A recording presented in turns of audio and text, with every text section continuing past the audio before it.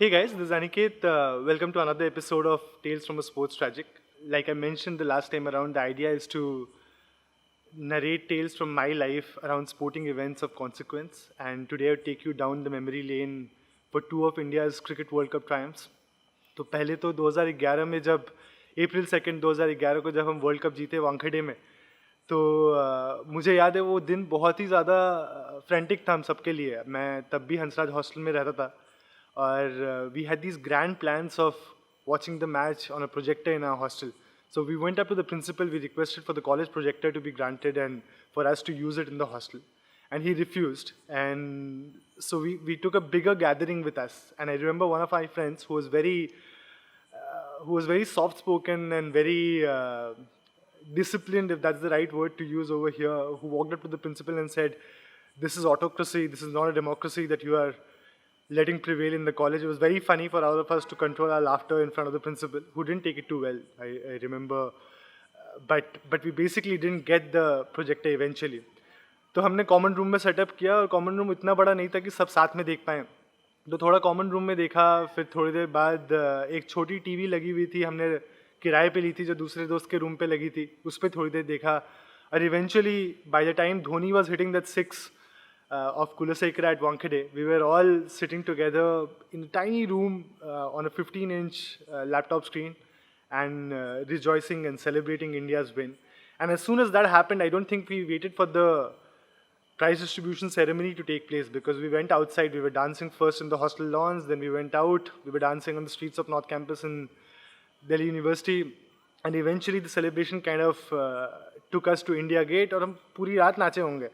और मुझे आज भी मैं सोचता हूँ तो that particular day and that particular night that followed is really close to my heart. और I've heard several accounts from a bunch of my friends how they were celebrating when India won that tournament. और मुझे बहुत अच्छा लगता है क्योंकि कहीं ना कहीं sports managed to bind us all together in a great way. And I think that day was prime example where we were all just doing one thing. We were celebrating India's historic win, and we forgot about everything else. तो मुझे बहुत ही ज़्यादा vividly वो वाली शाम याद है।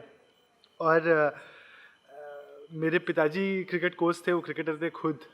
मैंने उनसे शेयर किया था ये पूरे series of incidents and he told me, I remember this very well now, that how he went about watching the 1983 final जब इंडिया आखिरी बार वर्ल्ड कप जीती थी. It was amazing to hear from him because his struggles were perhaps, and his story thus was so much better than ours because of the struggles he endured in process to watch that particular match. So I would let him narrate that. पापा अगर आप बता सकते हैं कि how you went about watching the 1983 World Cup final, it would be amazing. हाय बेटू, बड़ा अच्छा लगा ये जान के कि आपने 83 वर्ल्ड कप की कुछ मेमोरीज मुझसे पूछी है। 83 के बारे में हम सब इतना जानते हैं, इतना कुछ जान चुके हैं, लेकिन मेरी कुछ विशेष यादें हैं इसके साथ। 83 वर्ल्ड कप का फाइनल हम टीवी पे देखने कलकत्ता गए थे। दरअसल उन दिनों बर्नपुर या आसनसोल में टीवी की कवरेज नहीं थी, और जब इंग्लैंड से इंडिया टीम जीती सेमीफाइनल, उसके पहले ही हमने कपिल देव का वो 175 का स्कोर सुना था। तो हमने डिसाइड किया कि हम सब मिलके जो है वर्ल्ड कप फाइनल देखने कलकत्ता जाएंगे। हम गए और अपने एक परिचित खिलाड़ी के घर गए। उनके घर में सिर्फ ब्लैक एंड वाइट टीवी थी। फिर भी हमारा जोश बहुत था और पहली बार हम वर्ल्ड कप या कोई भी गेम टीवी पे देख रहे थे। लेकिन हमें बड़ी हताशा थी क्योंकि Indian team got out for just 183 run. और आप कह सकते हैं उसके बाद the way Viv Richard started, हम सबको याद है। हमें लगा कि ये तो कुछ ही ओवर के बाद मैच खत्म हो जाएगा।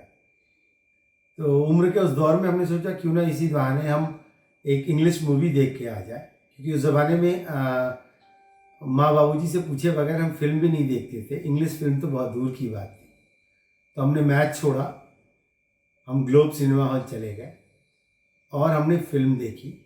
लेकिन हाफ टाइम में इंटरवल के दौरान बादाम वाले और चाय वालों ने अनाउंस करना शुरू किया कि वेस्ट इंडीज 65 for 5।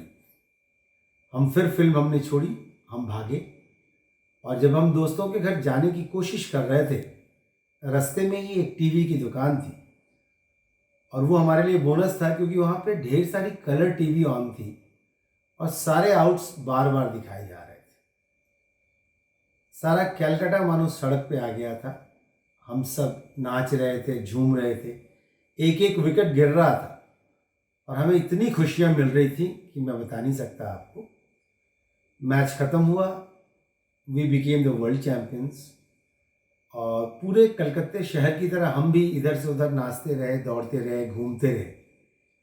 और जब सुबह हम ट्रेन पकड़ने के लिए वापस आसनसोल के लिए जब हावड़ा स्टेशन पे आए तो हमने देखा कि हमने जो बैग लिया था हमारे साथ जो भी चीज़ें थी हमने कहीं कहीं उसे उछाल दिया है और हम भूल ही गए कि वो चीज़ें हम लेके आए थे। हमारे पास सिर्फ वॉलेट था, बट उसका कोई गम नहीं था क्योंकि हमने जो जीत का मज़ा लिया था और पहली बार हमने टीवी पे मैच देखा था और वो भी वो मैच जब हम वर्ल्ड कप चैंपियन हुए थे।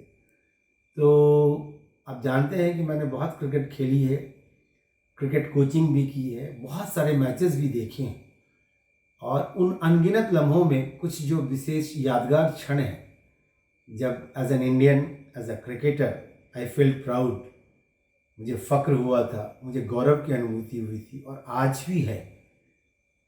वो लम्हा था। तो बहुत अच्छा लगा कि आपने मुझे इसे याद करने के लिए फिर से कहा। आज भी 25 जून की शाम भुलाई नहीं भूलती और कभी भूलेगी भी नहीं। थैंक यू बेटा। Thank you so much, Papa. As you heard, I think this collective set of memories, 28 years apart, and just I think the exuberance, the enthusiasm that people had across both these wins was similar. Our methods were different. Obviously, काफी time बीत गया था बीच में, but I think a lot of you would have similar stories to narrate. So I would love it absolutely if you can. Put it together in the comments, as in mention how you celebrated either of those wins or both of them, as in if you were around for both the wins. I would love to hear how you celebrated both of them and what impact it kind of left on you and the kind of memories that you have from either of those games. Also, like the last episode, I'll leave you with a question. I'll leave you with a quiz question over here. There's only one bowler who all of us would remember from that particular night in Wankhede, who's the only one to bowl the last ball of a particular World Cup and the first one of the next one. So there's only one bowler who has ever bowled that or has that distinction. I would want you to tell me his name, and you can, I forgot to mention it the last time, but if you like hearing my tales about a sports tragic and my memories of sporting events around the world, please like, subscribe, and share with your friends the channel over here. Thank you so much.